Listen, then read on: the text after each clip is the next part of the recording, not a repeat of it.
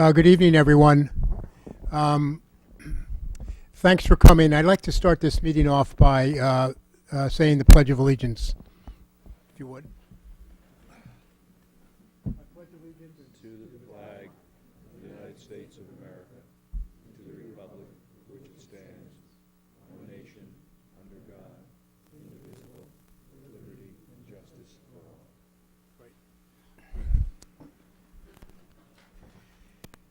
Well, thanks everybody for coming out. There's new faces here, and a crowd that is larger than we generally see. This is your forum to ask questions of town officials, the Board of Selectmen, the Board of Education, the Board of Finance. There are any number of people here who do different things for the town. And all questions are fair game to them. I thought it might be nice, since we see some new faces here, if everyone on the Board of Finance introduces himself. Jeff, you want to start? Good evening. My name is Jeff Farr. I'm on the Board of Finance. This is my first time through this rodeo, so thank you for coming out to voice your opinions on this. Thank you. Dick Boczynski, Board of Finance. I'm Steve Ezzies, Board of Finance. Melissa Kohler, Board of Finance. This is my 12th public hearing. Wow. Alan Graubert, only my 6th. Oh, you're a rookie. Mm. A couple of members are missing, but they will they'll watch these proceedings because it's being videotaped. Nope, one more. One more. Where's Greg? Oh. Could you introduce yourself, because you're tardy? No, sorry about that. I'm Greg Murphy. There you go. And Roan Baldwin couldn't be here tonight. He's on a business trip, but he will be he'll be reviewing the tapes. So the agenda, there really is no agenda tonight. There are no formal presentations being made either by the Board of Selectmen or by the Board of Education. They're really here to listen to your questions and concerns.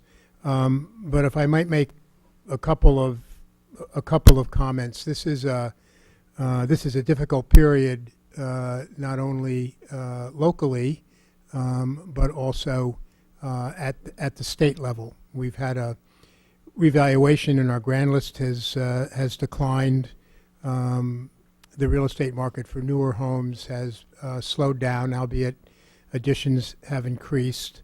And at the state level, every day seems to be a new day with a new proposal that, for whatever reason, when they submit bills to the state legislature, they're more like talking pieces rather than anything that's particularly defined. And then the few that are well defined are, in my estimation, ill-defined, and we have to go back for clarification. So, so as an example, I think everyone has read about or heard about this proposal to regionalize schools or aspects of schools. There were initially 3 bills. The first 2 introduced by Senator Looney, and then Senator Duff had a bill, and then subsequently the governor. The first 2 bills introduced by the senators never got out of committee, so now we're dealing with the bill proposed by the governor, and that's somewhat ill-defined at the moment. And Chris Spalding and others have gone back to get some clarification as to what that means, and if there are questions about that, certainly bring that up. There are people in this room that can answer it. There are other proposals that are coming out of Hartford that we're going to have to deal with, but we can't actually quantify because we don't know whether they're going to pass or not pass. There is a proposal, as there was under Governor Malloy, to have towns assume 25% of teacher pension costs. And there's also a proposal that towns that have teacher pensions above a median a median level of teacher salaries will pay a premium to that. So we have a early number on what that would mean to us in this upcoming fiscal year, and it's about $177,000, and it escalates up to a number approaching $800,000. There are proposals to equalize motor vehicle taxes, which, if it were to pass, would cost this town $3 million. So to put that in perspective, that we would lose $3 million of revenues that we would normally get. So that's $3 million off of a budget of a $13 million operating budget that has been proposed by the Board of Selectmen. And I'm sorry, the teacher pension cost is $275,000, increasing to over $830,000 by fiscal year 21-22. At the town level, the state changed the calculation for expected returns for pension investments, and that had an immediate effect of costing the town around $180,000. And so this is all outside of knowing how to put together this budget between now and the end of April, when we have a town meeting. So it's work in progress. Just in terms of the budget, just to put it in perspective, 80% of the budget is represented by the Board of Education and 20% by the town. That's the way it's been pretty consistently. The Board of Education has proposed on an operating budget of, in round numbers, $53.5 million. That's a 3.3% increase. 393, I'm sorry, increase. I'm sorry, I'm transposing numbers. And the Board of Selectmen have proposed an operating budget of $13.5 million. And then the next biggest expense are capital budgets, and the Board of Education has proposed one that is $1,400,000 in the town, about $660,000. So if that were all to come to pass, there would be a 3.54% increase in our mill rate from 29.34 mils to 30.43 mils. And we're still getting some new numbers, so we're not quite sure if those numbers are good at this point. And we still are going to have to deal with these proposals from the state. And there's just one other topic I want to address before we take your questions, and it has to do with the grand list. I think there's a misunderstanding of what the grand list is. The grand list is effectively a surplus that's been ongoing over a number of years. So our grand list, our projected grand list, would be $14.3 million. But a portion of that doesn't mean we have a the surplus is general fund is $14.3 million. That doesn't mean we can spend. We have $14.3 million we can just spend on projects. A portion of that has to be withheld to maintain our AAA bond rating. And that number is somewhere in the range of $8 to $9 million in kind of round numbers. So we have $3 or $4 million of surplus that we can use for various projects. We've already earmarked a good portion of that for the renovation of the public safety facilities. So with that, if there's anyone on the board that wants to make any comments before we say anything, Alan? Yeah, just a couple of clarifications. Out of all of the things that Steve mentioned that may be coming down from the state, the only one that is absolutely in the budget is the extra 180 for the, what is the exact category? MERS. The MERS increase. The pension proposal is a proposal. The car tax proposal, where we could lose $3 million, and we would get some of that, but a very indeterminate part of that back, but we don't know what that is. It's also a proposal.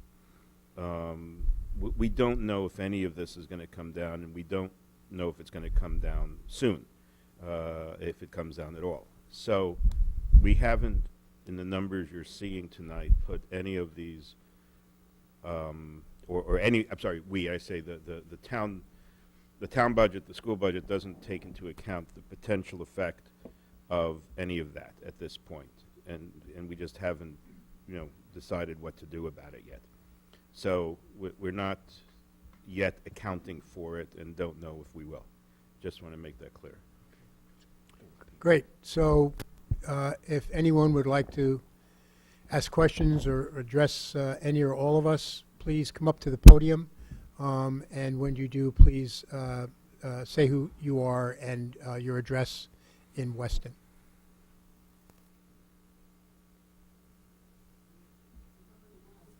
Okay, done.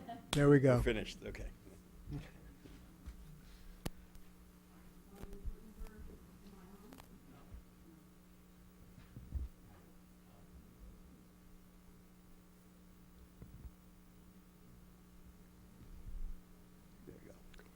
Okay, Margaret Wurtenberg, 15 Wilson Road, Breaking the Ice.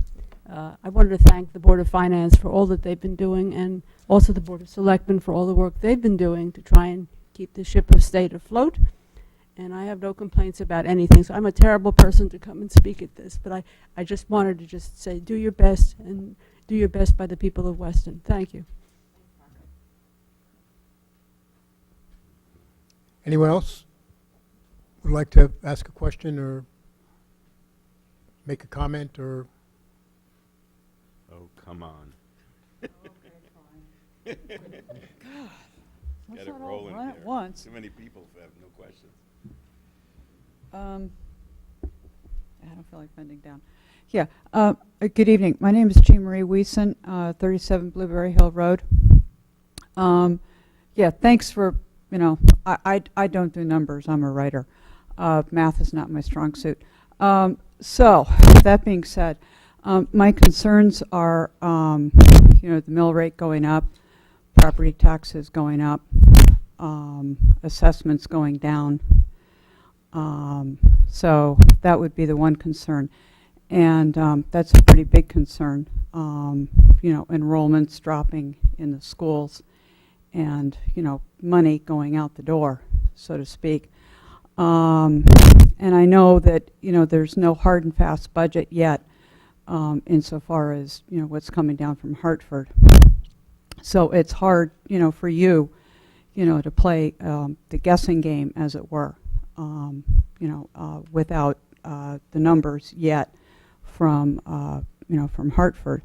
And I guess the other concern is too all the talk about the closing of the transfer station, and the cutbacks there that we've been hearing about. I for one have my trash pickup on Mondays, so when you hear that the hours are going to get cut back, on Tuesdays, or that they only be open on Tuesday and Thursday and Saturday, and right there, my because I talked to my service today, and my rates would go up, and I only have the service on Monday, so those are some of my concerns right there. So I don't know how you want to address those, but I know I'm not the only one in town that is concerned about that. I've been here for a little over 10 years, and the value of my home has dropped considerably. Considering the amount of money that I put into my house when I first moved in, and redoing it. If I were to sell it today, I wouldn't get it back out. And the mill rate, just keeps going up and up and up. And when I saw what the assessment was this year, it was pretty sad. And the amount of for sale signs in town, they're like weeds. They're just cropping up everywhere. So I don't know. That's all I wanted to say. Thanks. Broad swath. Hey. I just want to ask a question. Does everyone understand what the revale does? Because I think as long as you have this whole population here, maybe people should understand it. Because the mill rate going up and the revale, not many people really understand it clearly. If your house declined in value under the reval by, let's say, 7%, and the mill rate goes up 7%, you're about flat, tax-wise.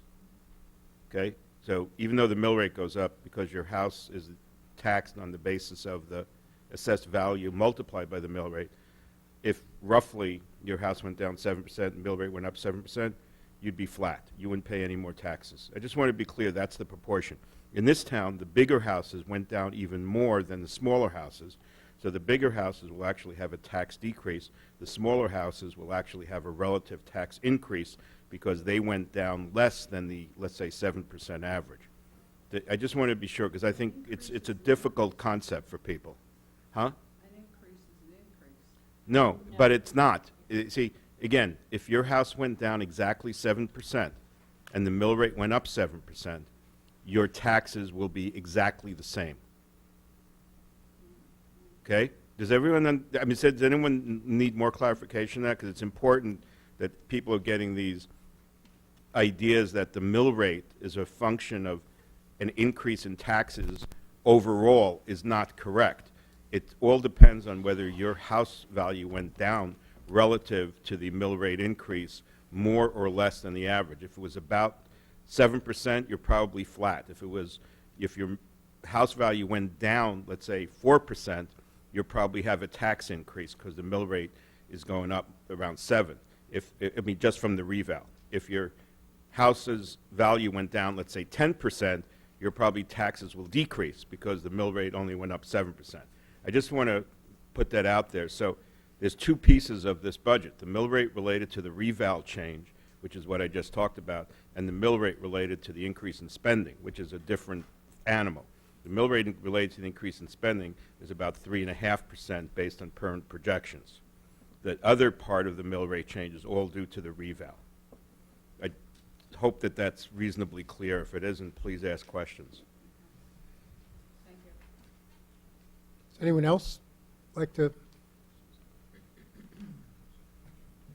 make a comment? Jonathan, does the fact that the transfer station is closed Tuesday should affect her rates because her garbage is picked up Monday? I don't Some understand how haulers that. don't even stop at the transfer station, so they actually schedule their routes around town. So the route ends at the edge of town and they go like straight to Bridgeport. And some of the bigger ones, then there's a bunch of sort of smaller operators. The largest one of those do pickups on Tuesdays and Thursdays, it looks like. There are some smaller ones that have less than 10% of the overall thing. They could shift days is one possibility. There's all sorts of options, and we haven't settled officially on the dates and times yet. Jonathan's calling all the different haulers to see what their usage looks like. Right. The problem with Mondays, though, is there tends to be a lot of holidays. Mm. Keeping it open then, it would be closed anyway, or you would have to operate it, with overtime, which is more expensive than keeping it open on a Tuesday, for example. Hi, Dean Roberts, Georgetown Road. Thanks, Bill McCursey, for submitting your list of possible things you can reduce. I saw that in the public record, so I appreciate that. I'm wondering from the commission what the capital budget looks like from all of you, if you think there's ways we can slice into that a bit, because that seems a bit exorbitant. For example, a $70,000 mower. There's like a $400,000 security something program that I saw in there from the BOE that I couldn't find any more research on. It might be interesting to know what that looks like. It's big. I heard from the selectmen's brief that there was some considerable road repairs that need to happen in town. I'd love to know more about where those repaving projects are being slated for or scheduled for. Couldn't find that either. Let's see, I'm looking at this. So I guess back to my first question, is there any capital budget line items that you have considered just, flat out slashing or postponing based on the current climate and the current budget difficulties that we're facing?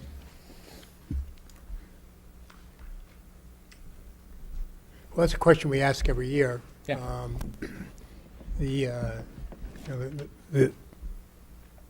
Things like mowers and they have a life, Sure. a life to them, and they have to be replaced. And I know the town administrator and the first selectman have been talking with our new head of Public Works about just that. So as an example, we have traditionally just bought trucks. So there's a $250,000 dump truck in the budget. And Alan said, well, can you lease it rather than purchase it? Seems like a more than interesting question, and we're getting numbers back on that. So we may not lay out a $250,000 expenditure. And we really haven't discussed, at least amongst ourselves yet, because we haven't had deliberation, other parts of the capital budget, especially as they relate to the Board of Education. There is a number in their budget for security. That's to do with physical security on the buildings, and we're due to have a conversation between the Board of Education and the police department about that whole project before we make a determination as to what the number is or should be. Okay, And those are big numbers. sounds prudent. I mean, I'm just I looking at might- this based on the $1.5 million request from 675, I guess, from 1819. Yeah, a couple of things that might help. The security thing, you're not going to find any background Yeah. there because Fair. that's just not discussed publicly. I don't know what it is, and we're going to find out before we're going to vote in a week. One of the things to keep in mind, too, is that for several years, we have had what was historically a fairly low capital budget size. And the feeling, I think, was this one grew pretty significantly over last year and the year before, was maybe some of these things came due and that we hadn't, and it was time to get them. Although they're going to be looked at, all of them, next week very carefully. Much appreciated. The paving, can someone share with me the paving? The goal is to. That guy right there. Okay.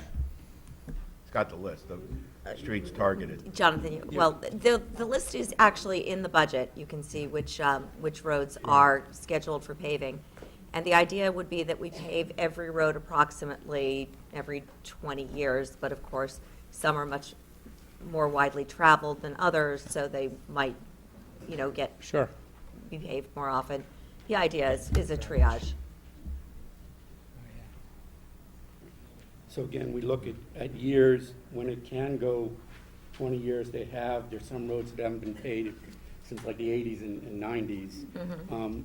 Lou went out, Lou's pretty new, a year-ish, went out, looked at every single road, categorized them. You could see here by age, by status, are they good, fair, pending. In terms of the roads, we are increasing the paving budgets, or proposed raising the paving budget by a full 10%. So that's way above the budget. Sure. And I've said, and I think been somewhat misinterpreted, we're still underinvesting in the roads. Part of the reason for that is we have historically underinvested in the roads. So theoretically, in order to catch up, our DPW director thought we would need something like $750,000, $800,000 a year. We're doing $550,000 this year. Yeah. So in order to catch up in like 5 years and then start off from fresh and have a lower base rate, we would need to significantly invest. Right, this is not the year to start catching up because of all the reasons that Chairman Ezzi's elaborated. But there's a fairly in-depth process. We are actually going to go out and get a hard scientific assessment in the next couple of months. So we're going to do a little bit of capital, a little bit of operational investment to get a full-scale study done of every road, and then we're going to recategorize it and start from scratch and come up with numbers. So right now, the number is probably somewhat low, but this is all available. Great. So if you reach out to us, we'll make this available. Perfect, I appreciate it, thank you. I have one more question. It's about the emergency repair at the middle school with the sewage and the remediation that we just received notification from Bill this evening. What's the cost to the town? We haven't seen any type of statement of work. How's this going to be factored into the budget for, I guess, next year, because we have to pay for it? Yeah.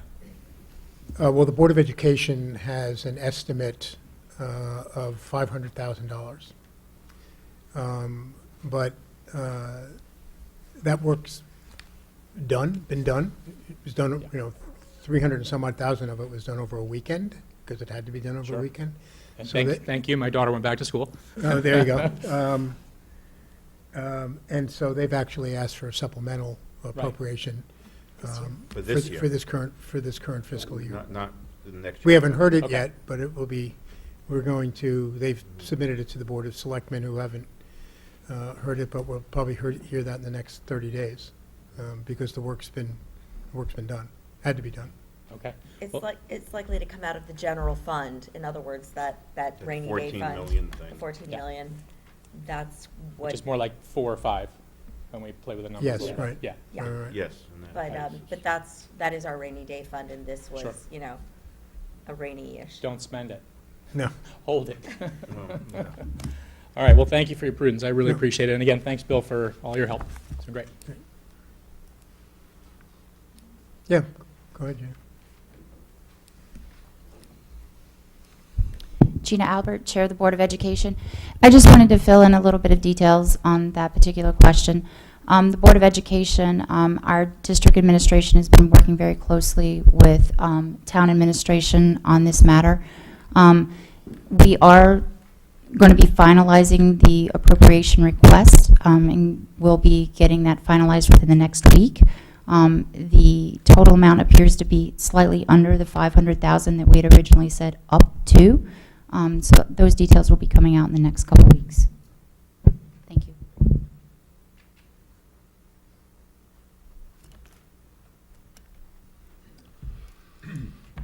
Marilyn Parker, Richmond Hill Road. I wanted to talk about the funding for the dog park. The portion that the town is responsible for, not the donations from the Weston Dog Park folks. On February 5th, the dog park was included in the Town Plan of Conservation and Development as a planned park. However, as I went through the budget, which would perhaps be in the Public Works Highway because they have to build the infrastructure, or the parks and fields because they would ultimately be managing this, and the capital budget, which included something for Bisegli in 2016, I do not see any funding for the dog park. So does that mean that in 2019-20, we're not moving ahead, and can we just put this to rest?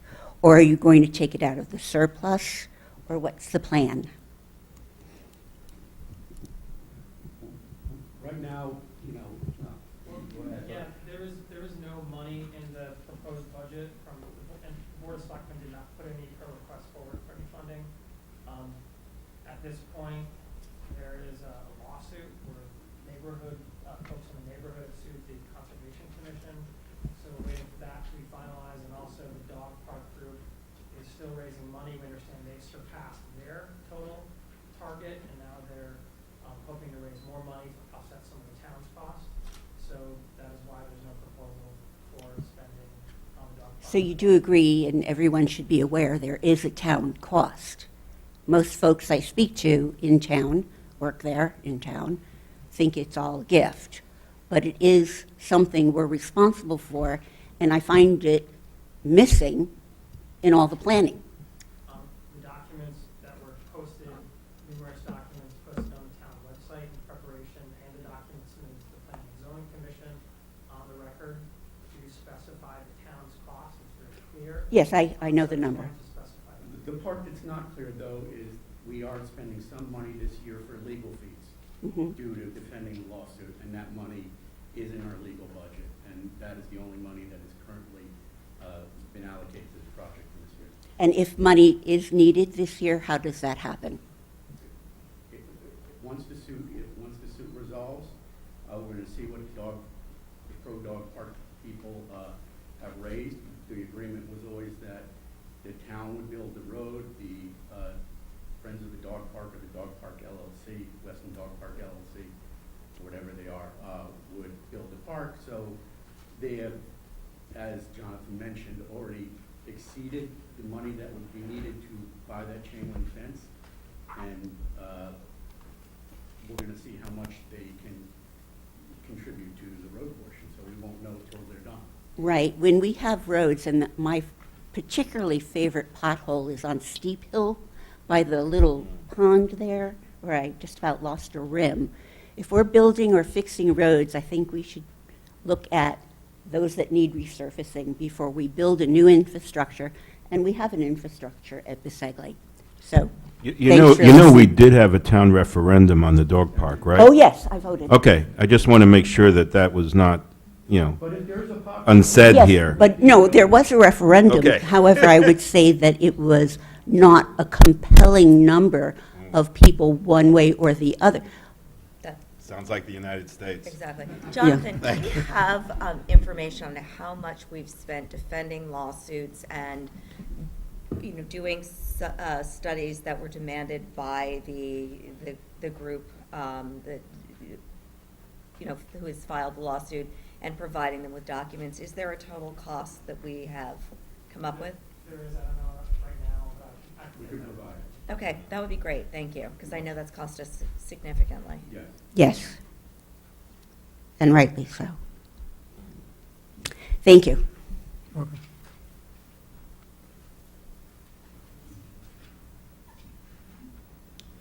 Hi, I'm Eric Struminger. I live on Silver Ridge Common. I've lived here since 2014, and I have a 6-year-old who's in the first grade now, and a 2-year-old. So when I think about the budget, I'm thinking about long-term, not year to year. And one of the things I wanted to mention in my comments is that I really hope, given the significant cost pressures that were highlighted at the beginning of the presentation, that the board is thinking about it in this way too.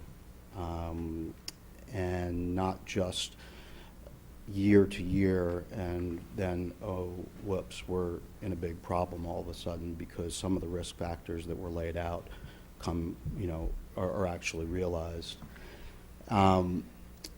To that end, I want to say something about the schools. We've been very happy with the schools. I want to thank certainly the Hurlbut team has been great. We moved here for the schools, yet they are 80% of the budget.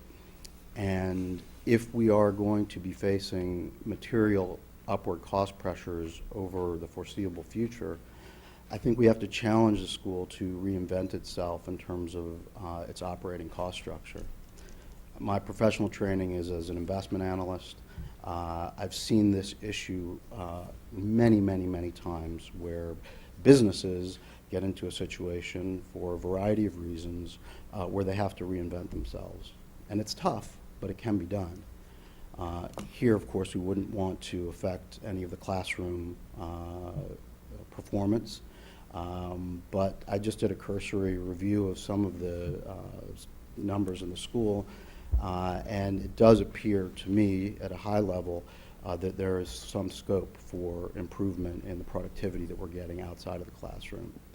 So I hope that the board will undertake a study, a long-term study, to determine if these cost opportunities are in fact available to us so that we can pull the trigger if need be, if some of these higher risk factors that were mentioned come to pass, or if we just get overwhelmed by the demographic bubble that's forcing the pension costs to go up.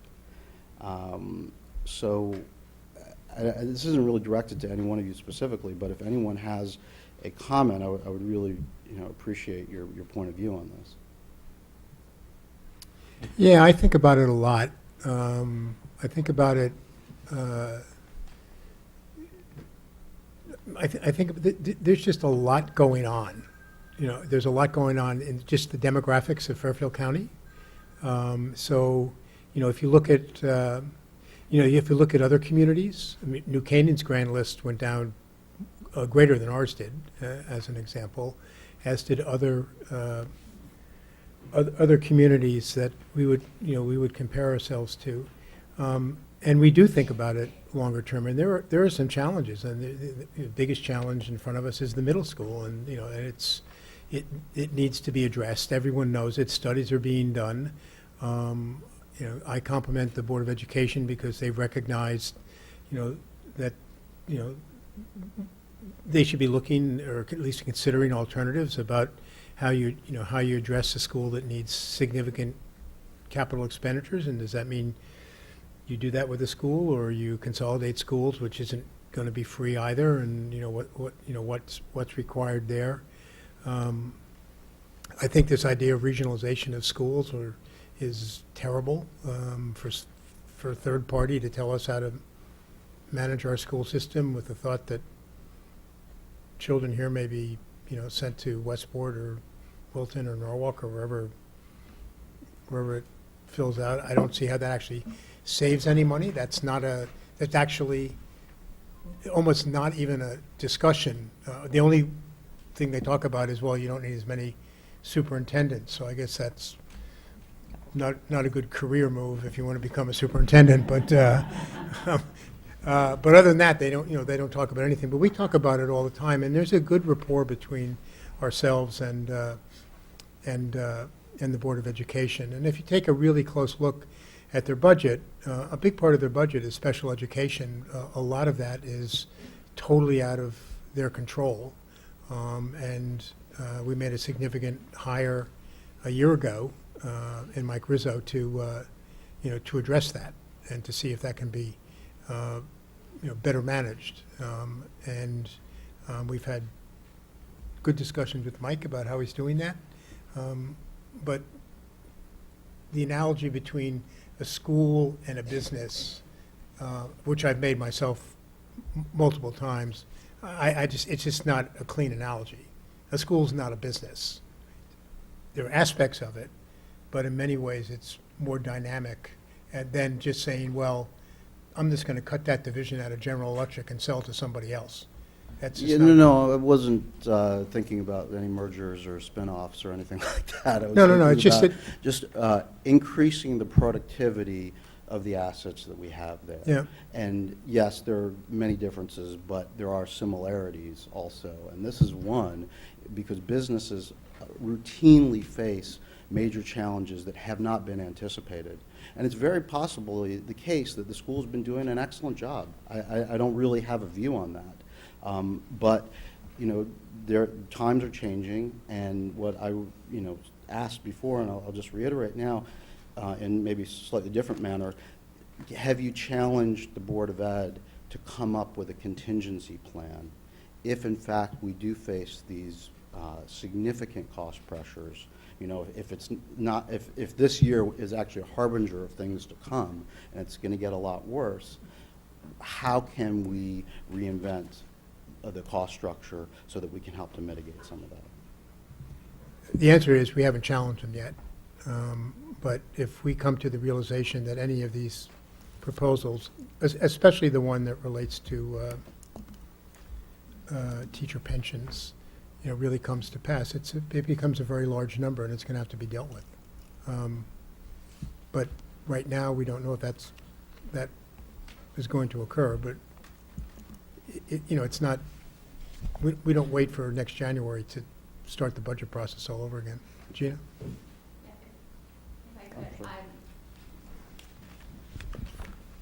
Yeah, I mean, the Board of Education, along with the administration, yes, we voted on our budget back in late January, but we know that the town budget process is still very active and is not yet final for, another month and a half. We are always reviewing and we are always planning for the what-ifs. Right now, the biggest what-if we have in front of us is the decision that the Board of Finance is going to make with respect to our budget.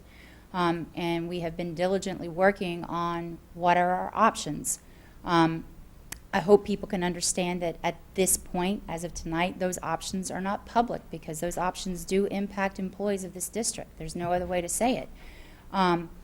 We will work collaboratively with this board the way we have the past several years, and we will do what needs to be done in order to be fiscally conservative within the constraints of the town. When we're talking about the issues coming down from Hartford, you have, some small numbers, some big numbers. We always have to continually evaluate how we provide education here in town. That is a constant process that our administrators are always involved in, and we will continue to work towards it. I mean, unfortunately, there are pressures coming at us from outside of the town that we can't control. We can control what we do, and it will just be a continuing process to address those concerns as they become firm. I mean, we can't, I hope people can appreciate that if we were asked to cut $3 million out of our budget because of the automobile tax proposal, that would be a significant issue that would drastically change the face of Weston education. We're not planning on doing that, but if we have to, we will. But that's, you know, it's part of a process. I suggested to Bill just laying off 10% of the students. And he said, right, yes. That was a little, you know, restructuring joke. I hope everyone appreciated that. I had not planned to speak tonight, hopefully this is the last time, but I think really helpful set of questions. And I think the community knows there's two major sets of work underway looking long-term. Right now, we are looking at, can we viably provide high-quality education in 3 sites, not 4? And I'm not saying 3 schools, because the work would be, for example, can you combine the secondary school to be 2 schools within 1? Or can we go back to when we had a very large elementary? So we're digging into that. Very preliminary, but to have the Board of Education with expert external help, third-party objectives say, can Weston do even better? Because we don't want to do less, I'm assuming. Productivity means you do better. Can we do that in 3 sites? May not be a cost savings, but can you do better? The other thing underway that Ken Craw is working on actively with the board is optimizing our core academic program. Optimizing. Are we maybe doing too much? Can we do less for the same or greater output? So literally the board is grappling with all of our core curricular and co-curricular offerings right now, starting with the middle school, then K-5, then the high school, and it's not for this immediate, but to really do what you're asking. Because if you think about 2 major costs, personnel is the cost. Read The Cult of Efficiency by Ray Callahan. For about 120 years, we've been trying to crack that nut in education. It's a labor-intensive business, about 87% of our budget. Technology is not bent the curve back down. You can do that in other sectors. But we still in Weston are saying, let's take a shot at that, not technology bending it back down, but just can we do our basic core work differently? And can we do our organization, the buildings, and all the rest differently? So we're looking at that. So I just want to assure everyone here we are taking a serious look at what you're asking. But it will not be tomorrow. It'll take a bit.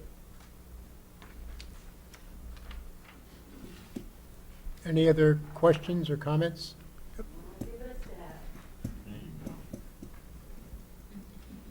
My name's Sybil Meyer, 66 Mary Lane. So at least 2 other people have mentioned paving, and I'm going to mention it as well. So Mary Lane is at the 20-year mark. I met with Lou. He's got quite the challenge. His budget is $550,000, correct? 1 mile of road paving is $200,000. So we're getting 2.5 miles. You've got 34 roads that are way overdue. They need to be paved. Then you've got the roads that maybe got paved 6 years ago, but now need paving desperately. Davis Hill. It's a challenge, but it's never going to get better. It's only going to get worse. I feel like, especially with, you know, what they're talking about with taxes in the future. So the question is, would you consider taking out a bond and getting it all done, getting it caught up? And I think per taxpayer, the impact is going to be very little. I think the town starts looking shoddy. I think the roads even make it worse for resale. I see curbs just, you know, obliterated by snowplows. Not, you know, you can't blame them, but it doesn't get repaired. The curbs just stay broken up and scattered along the road. Mary Lane is a neighborhood. We're like lollipop. We come down and then we're a nice flat circle. We've got 24 houses on our street. Half are young families with children. I mean, to push a stroller Have a kid ride a bike? Impossible. I walk my dog every day. People from 57 come on Mary Lane to walk their dog. It's a great street. There's not a lot of them. And yet, everyone that bought there bought for that reason, and we can't enjoy it. It's a quality of life issue. I'm not saying that Mary Lane should take precedent over other roads that need repair, but the bottom line is there's 34 other roads out there, maybe a bond, which other towns, our neighboring towns, actually do. And that's how they get the job done. It'll never be caught up.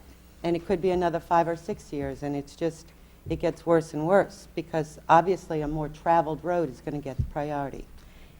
That's all I got to say. Okay. Bye. Well, just before you go, compliments to you and your neighbors, because everyone on this board is fully aware of where Mary Lane is right now. Oh! And so that conversation that you and your neighbors brought to this board has started a longer conversation with Chris and Jonathan about just that very topic. You know, it's not going to be resolved right now, but roads we've never really spoken about before. We just kind of accepted what we had received in the prior head of the DPW. Well, that's changed with Lou here, and he's been very forthright. I mean, Chris acknowledges that we're underspending just based on what Lou has done and to date. But I but it is, challenge. it is a 20-year asset, a road, and so, could you bond it? The answer to that is, yeah, you bond. 20-year assets are bonded all the time. But that conversation has started as a result of your email. From Carl. Yes, exactly, and so that's great. Thank you, and we are discussing it. Well, and again, we appreciate the challenges. We know that you're being pulled from every which way, but honestly, with 34 roads already overdue, honestly, I feel like I'll be in my grave before it ever gets done, because And then we'll that's pave it. just the way it is. And unfortunately, I love a good joke. Okay. But anyway, I thought maybe the bond was, something that Easton does, Reading, and why not us? I mean, just let's get it looking nice, and again, it's more than just a smooth ride. It's quality of life for Mary Lane, and I'm sure it is for other people on their road as well. There's a bonding, just to make one little point, there's a bonding opportunity, because eventually, in 3 years, our old bonds decline. The cost of carrying the school reconstruction bonds from 20 years ago drop down in about 3 years. I think that bonding is going to happen, but we have to decide what, because we've got bonding issues all over the place. Infrastructure bonding issues, perhaps paving bonding issues. I think the challenge for us is to kind of look at all of the potential issues that we're going to need to bond for, and decide how to quantify them and time them in. So you're right, paving is layup, sure, let's do it. But paving, police station renovation, middle school renovation, bum, bum, bum, bum, bum, then we go down the line. That's what we're trying to put together. Okay. Well, thank you. Thanks. And again, to clarify, the last 2 years, we have increased road paving more than the overall budget, so we do recognize, there is a need there. The question is what we have to do to get to that need and to truly fulfill it. We discussed it, what we did. Other questions or comments by anyone? Mark?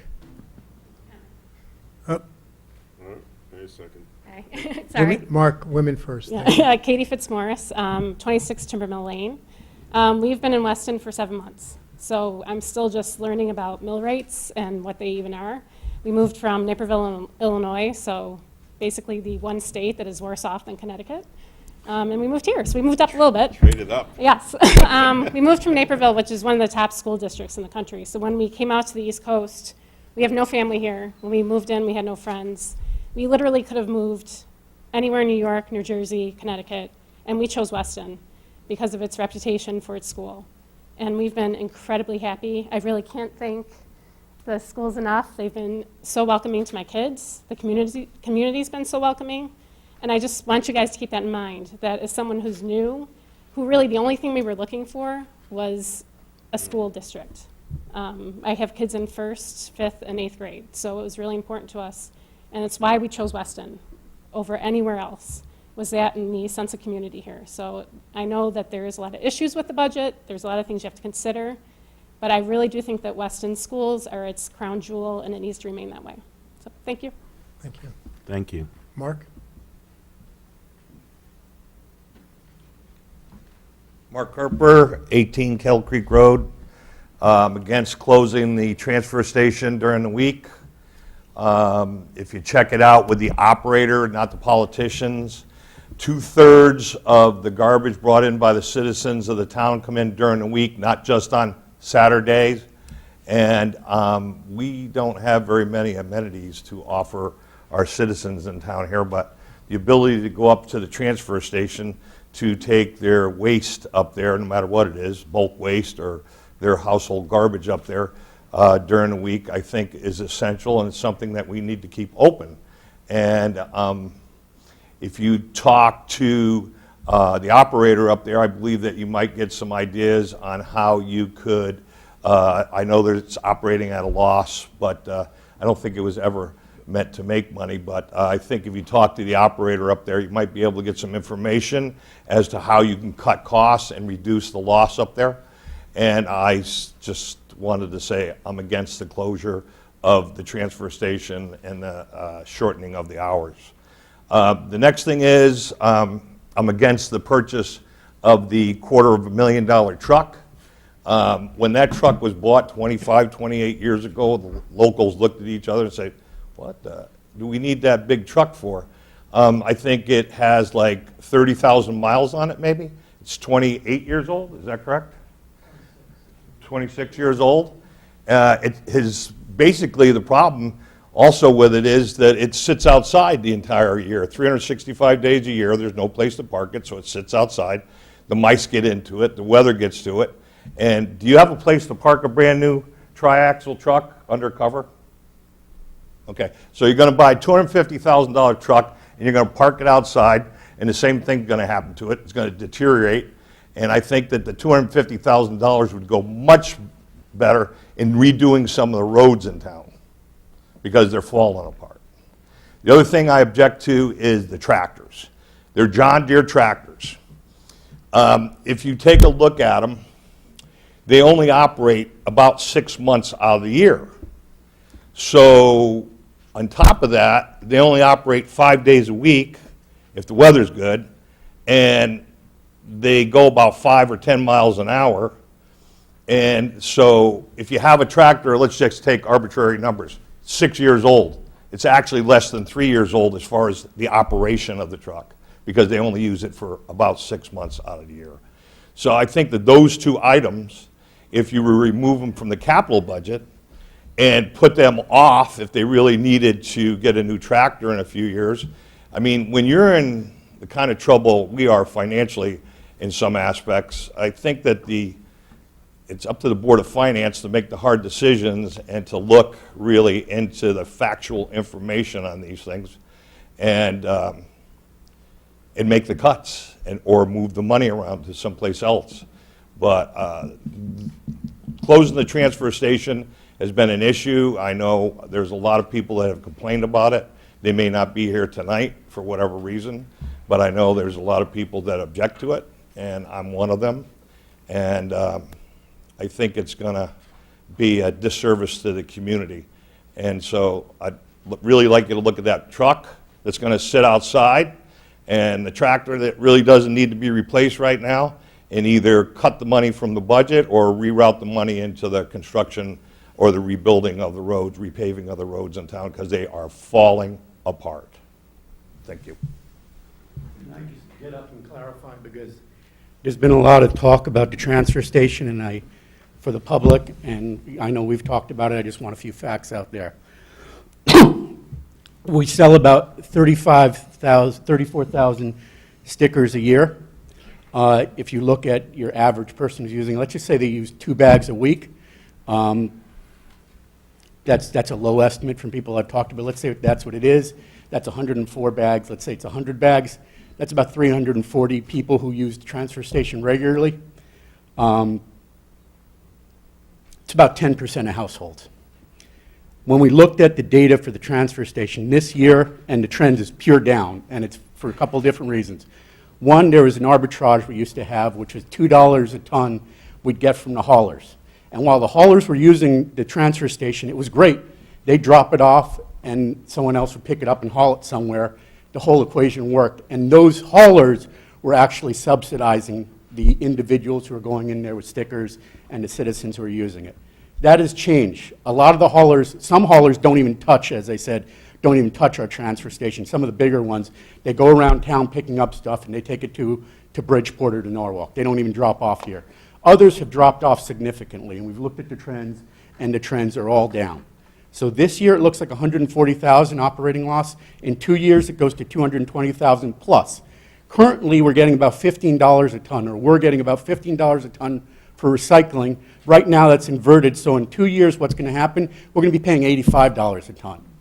This isn't just here. The cover of the New York Times 2 weeks ago had an article about this. Atlantic Magazine had it. New Haven Register, Hartford Current. It is all over the place. I've talked to First Selectmen, every town. This is going on everywhere. I don't want to do this. This is horrible. This is not something I want to do.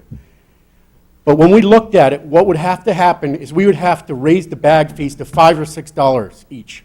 Nobody's going to want to pay that. So what's happening now is 90% of the town is subsidizing 10% of the town.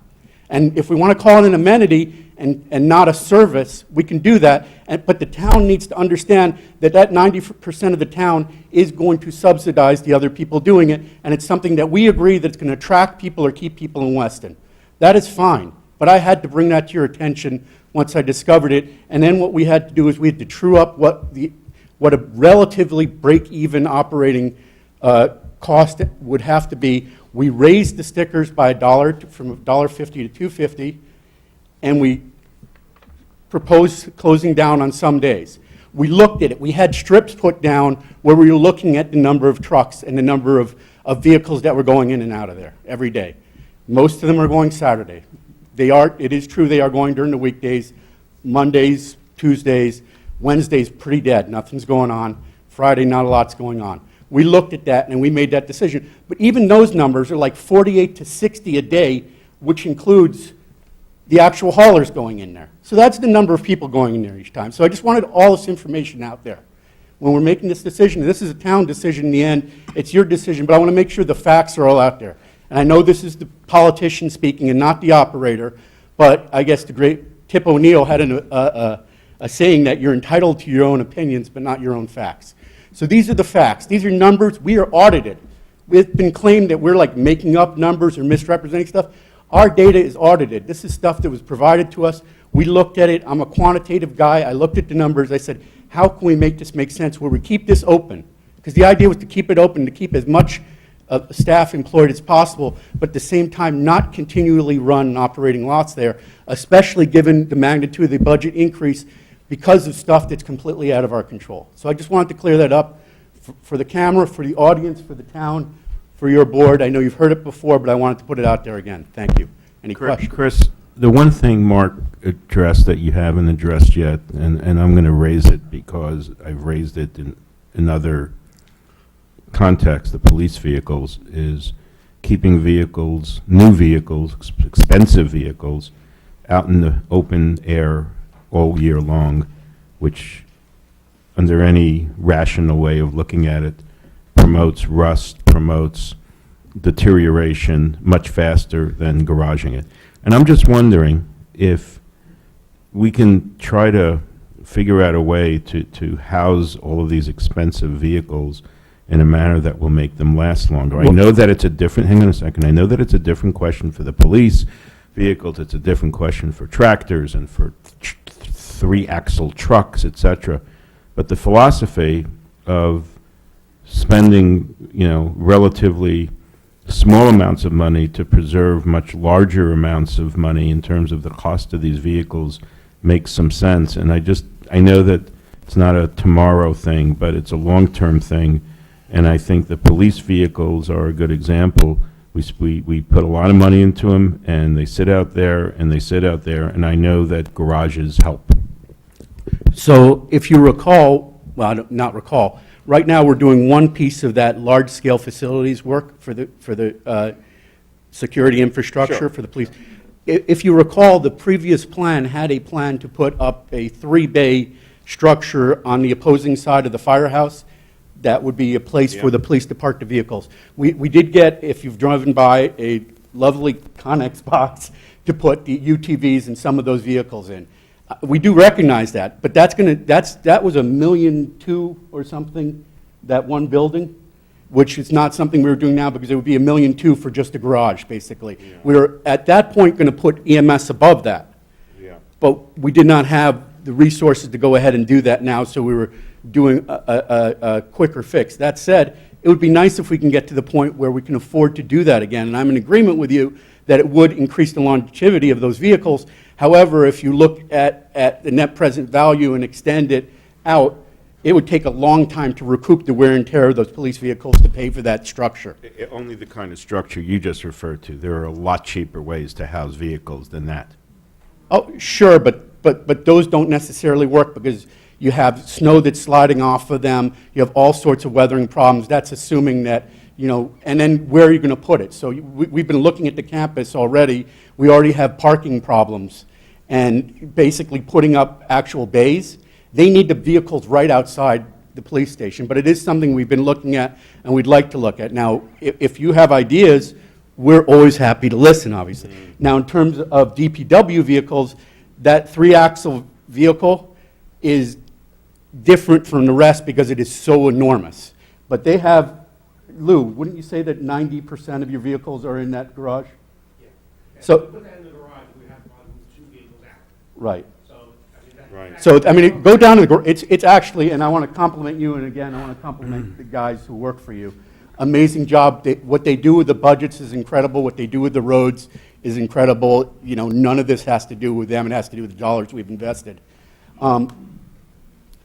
That said, going forward in terms of that specific vehicle, you're going to have to build a shelter unto itself to basically house it and protect it. But that garage is pristine. The vehicles, they wash out, they clean each one. I mean, you go in there. I recommend a trip to there. But I recognize and I Right. share those concerns. If we had infinite amounts of money or more money, I'm not aware, Chris, of how much effort's gone on to figuring out if there's ways to do this. And as much as I spent a good part of my life designing garages, I'm not going to declare myself an expert at that. So no, I just am suggesting that there's space in this town. There's space at the bus garage. There's at the bus vacancy. for the police vehicles? No, just to put. It's always struck me that in a town with so much space, we've always say we have no space. I'm just saying you can't figure out a way anywhere in this town to house this 3-axle monster that was going to spend $250,000 on without it getting rusted out in 5 or 10 years. There's got to be a way. So Well, it's lasted 27 years as is outside. I understand. So I don't yes, think. but for 30,000 miles, I got it. Yeah, you just, again, yes. Anyway, it's $250,000. So my contribution was leasing. That's all. I can pull out one great idea a year. That was it. But this should be fixed. This should something we should do to keep our vehicle fleet in a better repair and better maintenance. But okay. Other comments or questions? Great. Well, thank you, everybody. Appreciate you coming out. Harvey, I'm sorry. You got to jump up quick, Harvey. Yeah. I was wondering what happened to you, Harvey. Hi, you can hear me? Oh, yeah. Harvey Bellin, I live on Maple Street, and I've lived here for around 3 decades, maybe more. I just want to repeat what Margaret said, that we really have some really good people serving us in government. Our town administrator and selectmen are excellent. Anything they say, even if I hate what they say, I take to be true. We've got you folks who are, I know most of you are really different from each other, And when you work together, it's really nice. We've got a great police department. We've got great town employees. The places, there's some sort of big questions we need to ask. One of them is, whom do you serve? Is there a difference in priorities between long-term residents, not necessarily older people, people who either are or are planning to be here for a long time, the transients, the selfies, who come here, say, oh, I love the schools, and as soon as my kids graduate, I'm the hell out of here, and the vendors and employees. And as I said, our employees are wonderful. I'm looking in particular on the school budget. One of the things that's interesting is lots and lots of people on the Board of Finance, on the Board of Ed, will say again and again and again, we can't cut any teachers, but we sure as hell can make cuts in administrative personnel. How many administrative personnel have been cut? Anybody? None. Okay. Are they bad people? No.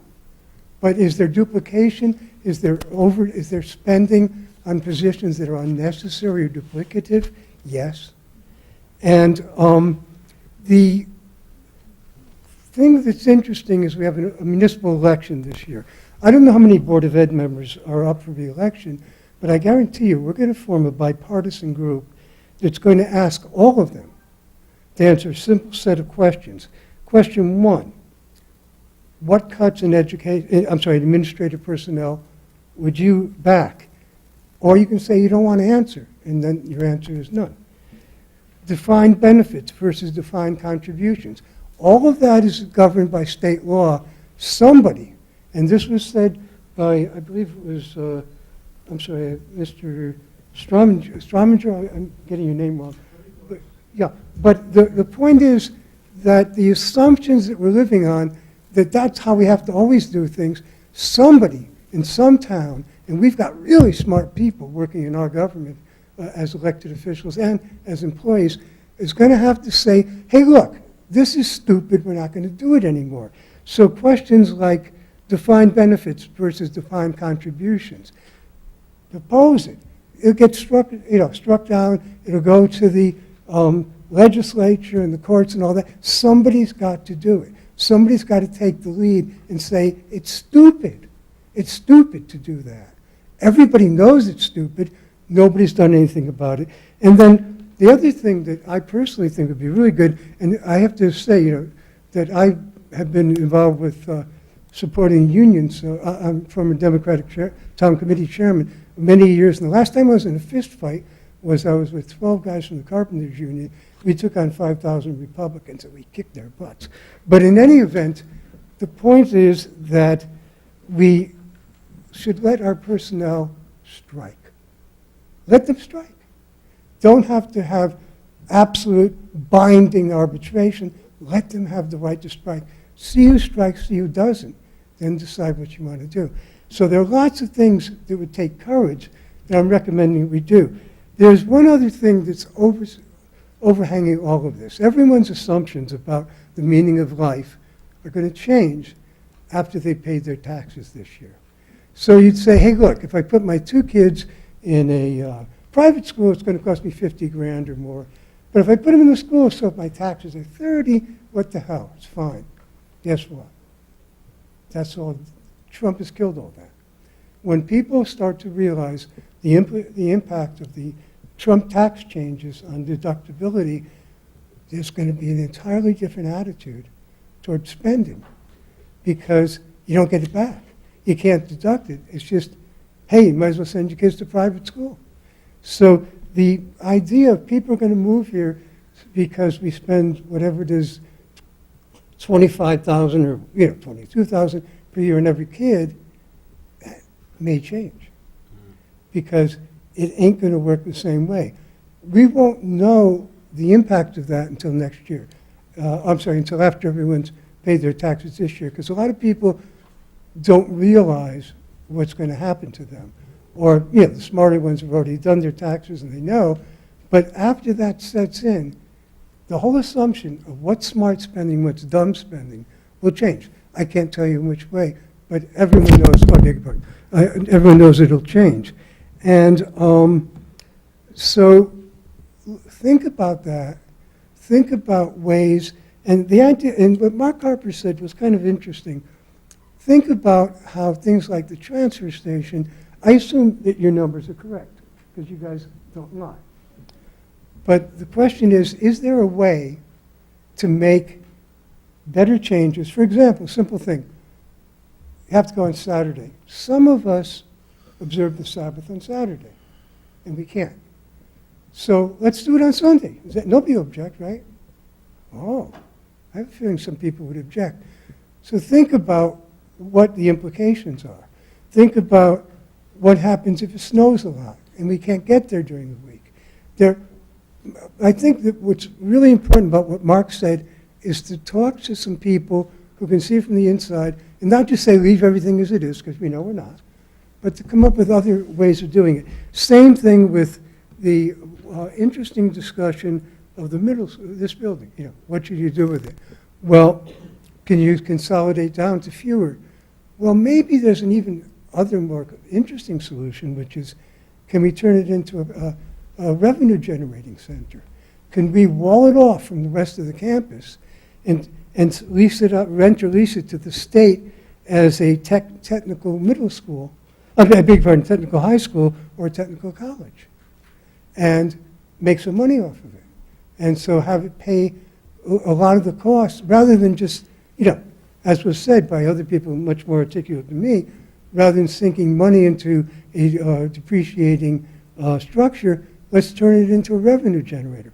Think about all those things, because if we have smart people here, and if we can be bold enough and innovative enough, we can solve a lot of problems that other places will then copy, because it'll be to everyone's good. Thank you. Thank you. Great.